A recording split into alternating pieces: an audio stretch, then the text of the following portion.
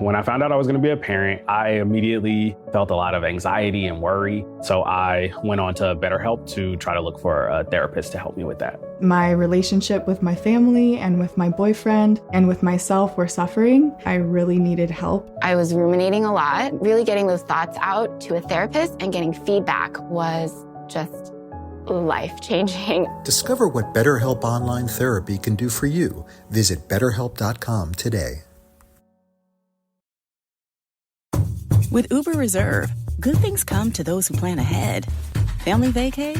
Reserve your ride as soon as you book your flights. To all the planners, now you can reserve your Uber ride up to 90 days in advance. See Uber app for details.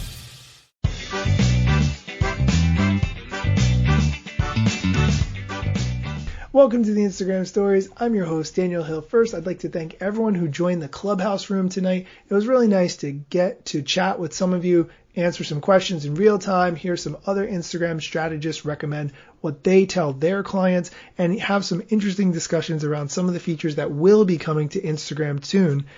If you didn't hear me talk about this recently, IG Lives with up to 4 people in less than 2 weeks. You heard it here first.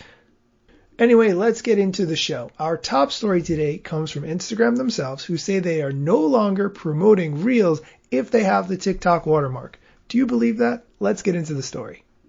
The Instagram @creators account, which is one of my favorite accounts, gives new tips on how to make content that is likely to be seen and promoted. On the Instagram @creators account, they recommend that users post vertical videos that use music found in the Instagram library or sounds that they find on Reels. They also suggest starting a trend that others can participate in, like dance crazes, as well as entertaining and fun content. Reels that are covered mostly by text, are blurry, have a watermark or logo, TikTok, or have a border around it won't be recommended as frequently. Here's the quote from the Instagram spokesperson.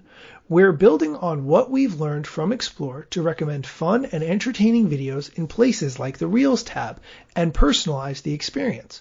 We are getting better at using ranking signals that help us predict whether people will find a reel entertaining and whether we should recommend it. End quote. The spokesperson also went on to say that Instagram user surveys demonstrated that people have a, quote, less satisfying Reels experience when content is recycled from other apps or is blurry. So it'll start de-emphasizing that content in its recommendation software. This makes it less likely to be discovered by people who aren't following the person who originally posted it.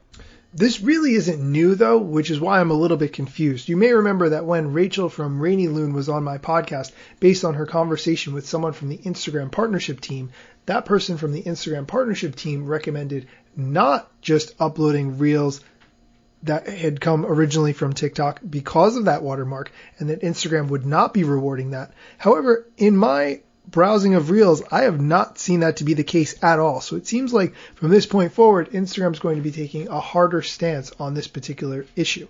I would definitely recommend creating your Reels in Reels and your TikToks in TikToks. But honestly, who has that kind of time?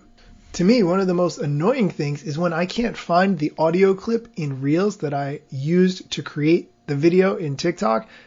What are you supposed to do in that particular instance? I still haven't figured that out. In other news, I have an update with respect to Instagram guides.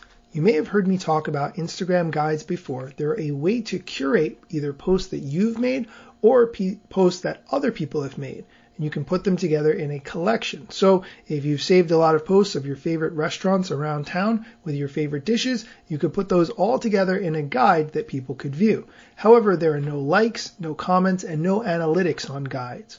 I recently tweeted Adam Mosseri and Vishal Shah, who is VP of Product at Instagram, about this. And I asked them, are there any plans to add likes, comments, and analytics for guides? I got a response from Vishal Shah, VP of Product at Instagram, and he said, yes, we are actively thinking about it. We deliberately didn't add analytics, comments, and likes because there wasn't broad distribution without feed. Side note, the guides do not go to feed, which is a little bit frustrating. Continuing, but adding feed distribution for guides is very close to adding reshares in feed, which we want to be careful about. That's the end of the tweet. The second half of that tweet is a little bit confusing, and I'm not sure I'm 100% following it, but it seems like Instagram is definitely interested in investing in guides for a more robust curated content sharing experience. That's it for today's show. If you have just 2 minutes, I would love if you could leave me a review of this show.